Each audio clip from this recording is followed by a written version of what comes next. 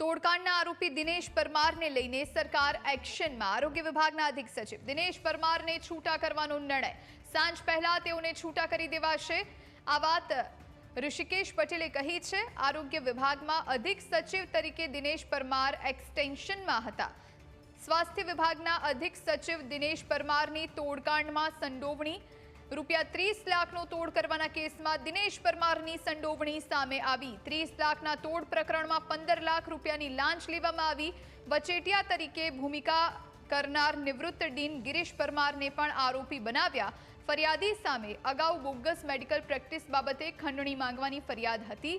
ફરિયાદી અને સાથી ડોક્ટર સામેનો તપાસ પોતાની તરફેણમાં કરવા નક્કી થયો હતો વહીવટ। બંને કેસમાં તપાસ રિપોર્ટ તરફેણમાં આપવા 30 લાખ રૂપિયા નક્કી થયા હતા। 15 લાખ એડવાન્સ અને 15 લાખ કામ થયા પછી લેવાનું નક્કી થયું હતું। ફરિયાદીએ એસીબીમાં ફરિયાદ કરી અને ત્યારબાદ છટકું ગોઠવ્યું। ગિરીશ પરમારે લાંચના રૂપિયા પોતાના ઘરે આપવા બોલાવ્યા હતા। ગિરીશ પરમાર સરકારી ડેન્ટલ કોલેજના નિવૃત્ત ડીન છે।